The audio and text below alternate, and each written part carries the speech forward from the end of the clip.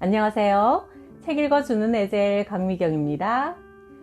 청주 중부 명성교회 송석홍 목사님은 하나님의 은혜 아니면 인생에 되는 일이 없고 하나님의 은혜를 의지하면 기적이 일어난다고 간증하십니다.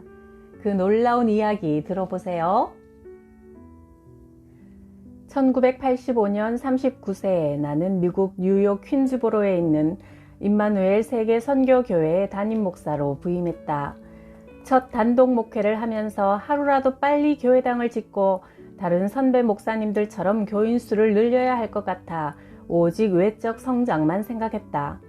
그러는 중 교인 수가 성장하고 헌금이 점점 늘어나자 헌금이 제일 많이 쓰인 곳은 교회 주차장 확장이었다.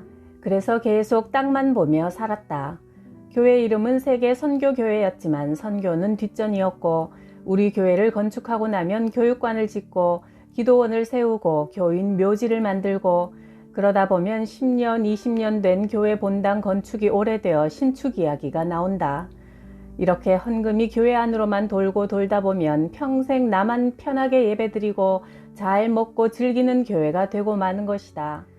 아쉬움 가득한 9년의 이민 목회를 마치고 1994년 다시 한국에 돌아와서 청주 우리 아파트에서 4월 5일 부활주일에 개척교회를 시작할 때 나는 교회의 제1 존재 목적인 선교에 힘쓰지 못한 점을 깊이 반성하고 회개의 무릎을 꿇었다. 나이 48세 늦게 개척하는 교회인데 오직 하나님께 감동을 끼치는 교회, 사람들이 칭찬하는 교회를 세워야겠다고 다짐했다. 한 달 만에 20명 정도가 모였는데 헌금의 65% 이상을 선교와 구제를 위해 사용한다는 지침을 정했다. 첫 달 헌금은 100만 원이 모였는데 나는 첫 헌금이니 내 사례비까지 100만 원 전액을 선교비로 쓰자고 제안했다. 교인들은 내가 한 달을 사례비 없이 살아야 한다는 사실에 안타까워했지만 담임 목사의 의지가 확실한 것을 알고 아멘으로 화답해 주었다. 그렇게 결정된 100만 원 중 절반은 장로의 신학대학의 건축비로 송금하고 나머지 절반은 청주 배단위 농아학교의 후원금으로 보냈다. 두 번째 달도 헌금이 비슷하게 100여만 원 나왔다. 그중 65%를 떼어 3명의 선교사 후원비로 송금했다. 그리고 나서 며칠 후인 94년 6월 어느 날 새벽 전화 벨소리가 요란하게 울렸다. 아직 잠에서 깨어나기 전이었다. 전화기를 들었더니 생각지도 못한 분의 음성이 들렸다. 송 목사, 나 명성교회 김사만 목사요. 목사님, 어쩐 일로 이렇게 일찍 전화를 하셨어요?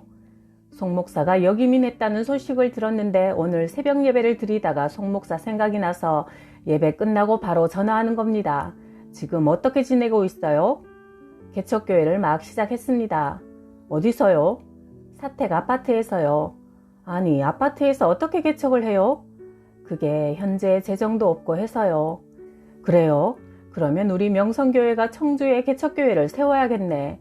교회 부지를 사줄 테니 빨리 예배당을 지어요. 그렇게 아파트에서 예배드리다가 주민들 항의로 나가라 하면 어떡합니까? 너무 감사합니다. 근데 목사님 예산은 어느 정도나 지원해 주실 수 있는지요? 한 3억 정도면 되지 않을까요? 몇 마디 하는 동안 개척 자금이 다 해결된 것이다.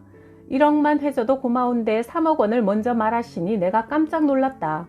아직 덜 깬 잠이 확 달아났다. 개척 5년에 큰 은혜를 입었다. 아무리 큰 교회라 해도 이렇게 쉽게 큰 재정을 보조해 주는 일이 쉽지 않은데 이 일은 하나님께서 전적으로 주관하셨다. 나는 이 사건을 통해 하나님께서 선교를 얼마나 기뻐하시는지 깨달았다. 현재 우리 교회는 24년간 60여 명의 선교사를 후원하고 있다. 내가 만약 선교보다 내 사례비를 먼저 챙기고 교회 내부의 일에 급급했다면 이런 귀한 열매가 있었을까?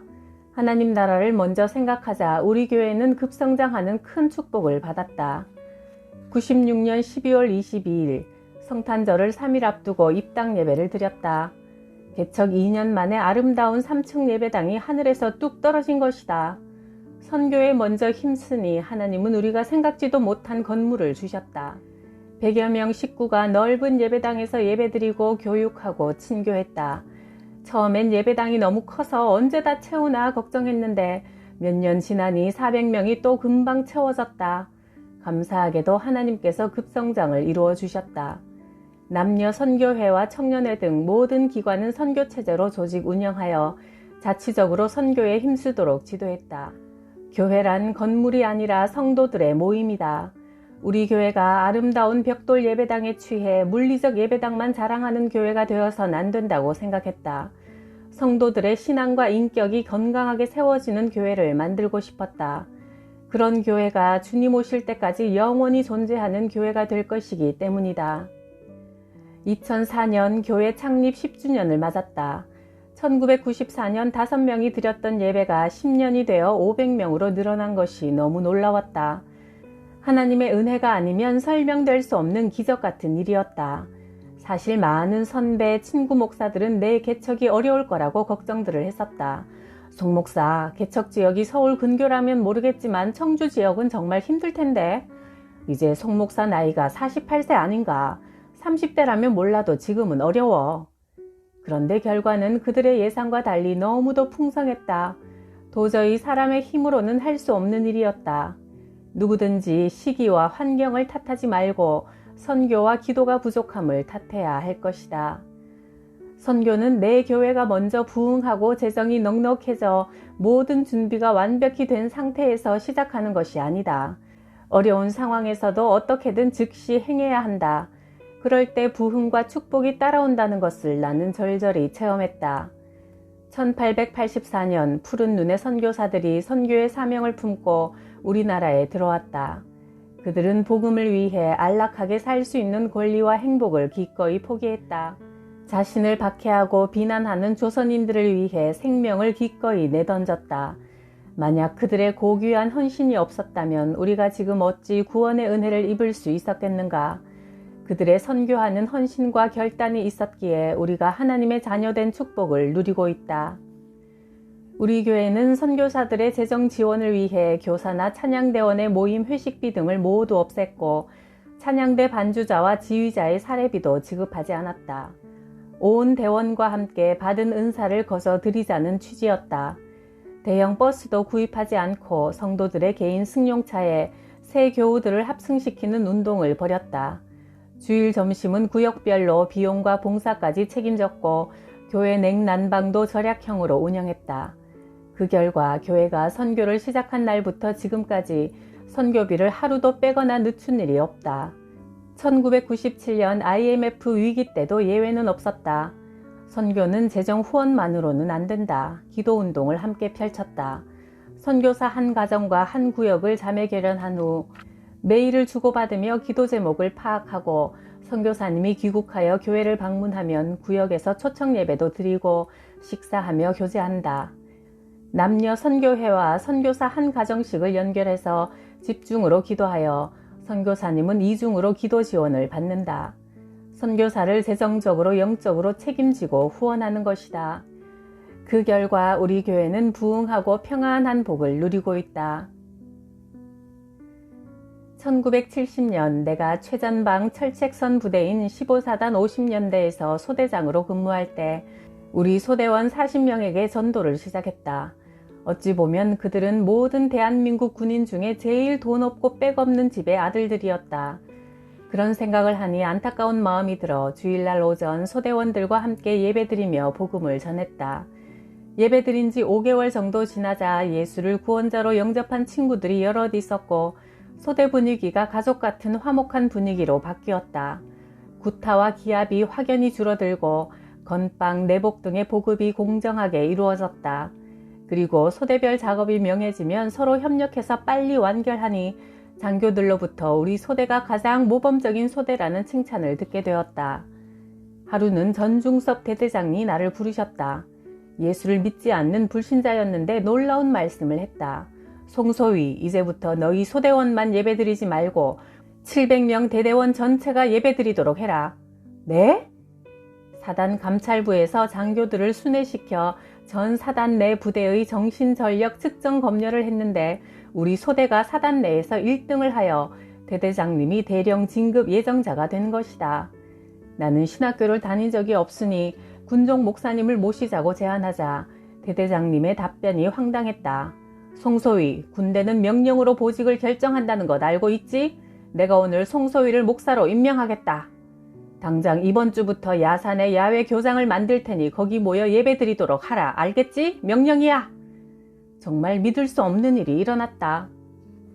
주일날 대대장님은 부대원 전부가 모인 것이 확인되자 나를 향해 말씀하셨다. 송 목사님, 예배 시작하시죠.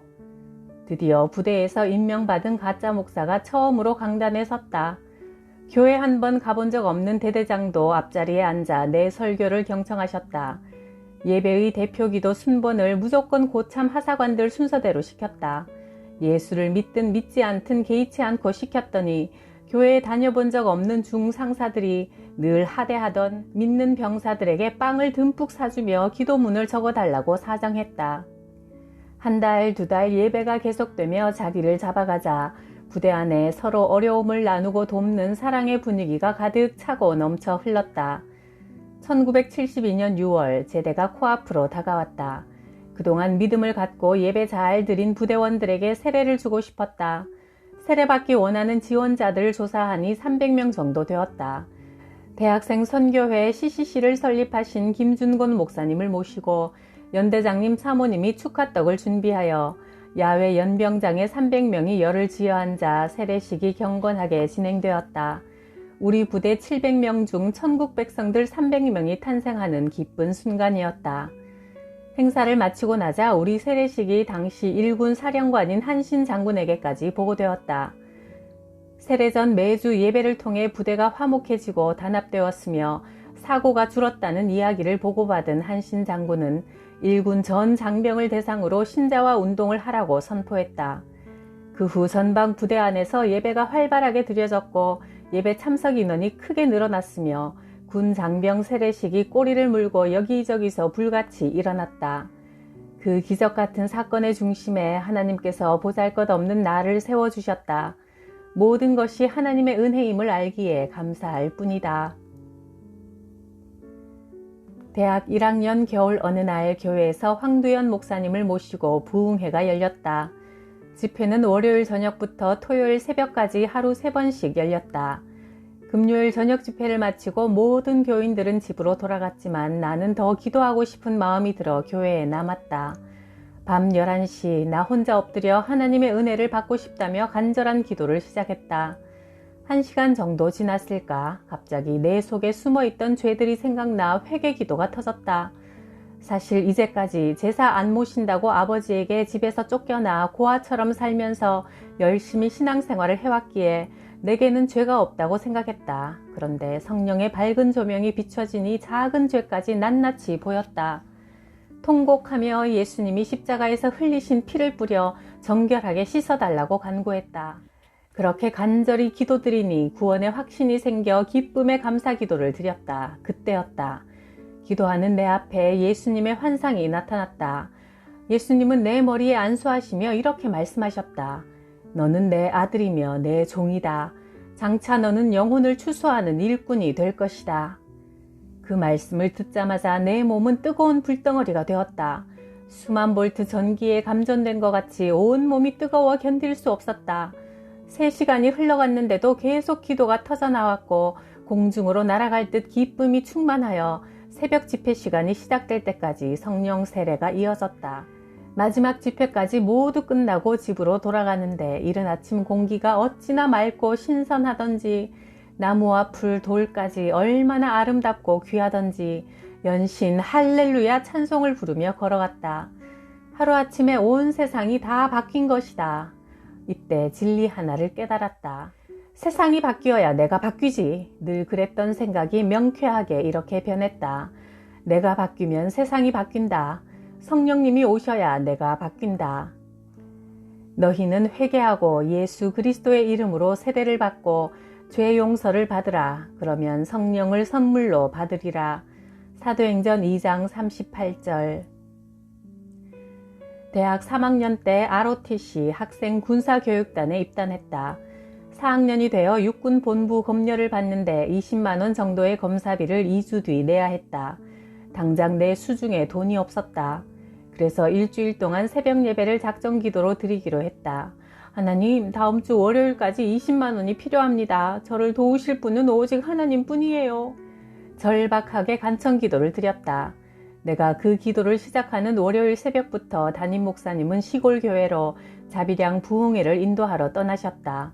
나는 매일 울먹이며 하나님 아버지께 졸랐다. 토요일 오전 부흥회에 다녀오신 목사님이 자전거를 타고 급하게 내 자취방으로 찾아오셨다. 그리고는 봉투를 전해주셨다. 사연은 이렇다. 시골 교회가 교인도 재정도 부족해 목사님은 처음부터 사례비를 안 받겠다고 선포하셨단다. 그럼에도 은혜 받은 성도들이 작은 사례라도 드리고 싶어 주었지만 되돌려 주기를 3번이나 반복하셨다. 그런데 집회를 마치고 돌아오는 길에 목사님이 탄 버스가 출발하자 회계 집사님이 버스 창문으로 봉투를 던져 할 수 없이 차 바닥에 떨어진 봉투를 주었는데 그 순간 그 봉투 위에 내 얼굴이 선명하게 뜨더라는 것이다. 아, 이 봉투의 임자는 송군이구나. 이 생각에 집에 도착하자마자 내게 그 봉투를 전해주러 오셨다는 것이다. 봉투를 열어보니 20만 원, 내가 한 주일 동안 기도한 금액이 들어있었다. 나는 이 일을 통해 하나님께서 늘 나와 함께 하시며 내 기도를 들으신다는 확신을 갖게 되었다. 내가 고등학교 2학년 때 12월 성탄의 계절이 돌아왔다. 우리 반 60명 그부들에게 성탄절의 주인이신 예수님을 알리고 싶어 크리스마스 선물로 성경을 사주기로 했다. 성경 60권을 한 권 한 권 예쁘게 포장해서 이튿날 아침 일찍 학교에 가서 책상 위에 성경 선물을 올려놓았다. 잠시 후 학우들도 하나둘 등교를 시작했다. 모두 다 고마워했고 웃으며 가방 속에 성경을 넣었다. 나는 마음속으로 간절히 기도했다. 하나님, 이 책을 통해 구원의 역사가 많이 일어나게 해주세요. 그 후 수십 년이 지난 2017년 필리핀에서 선교사로 수고하던 친구 이훈찬을 만났다.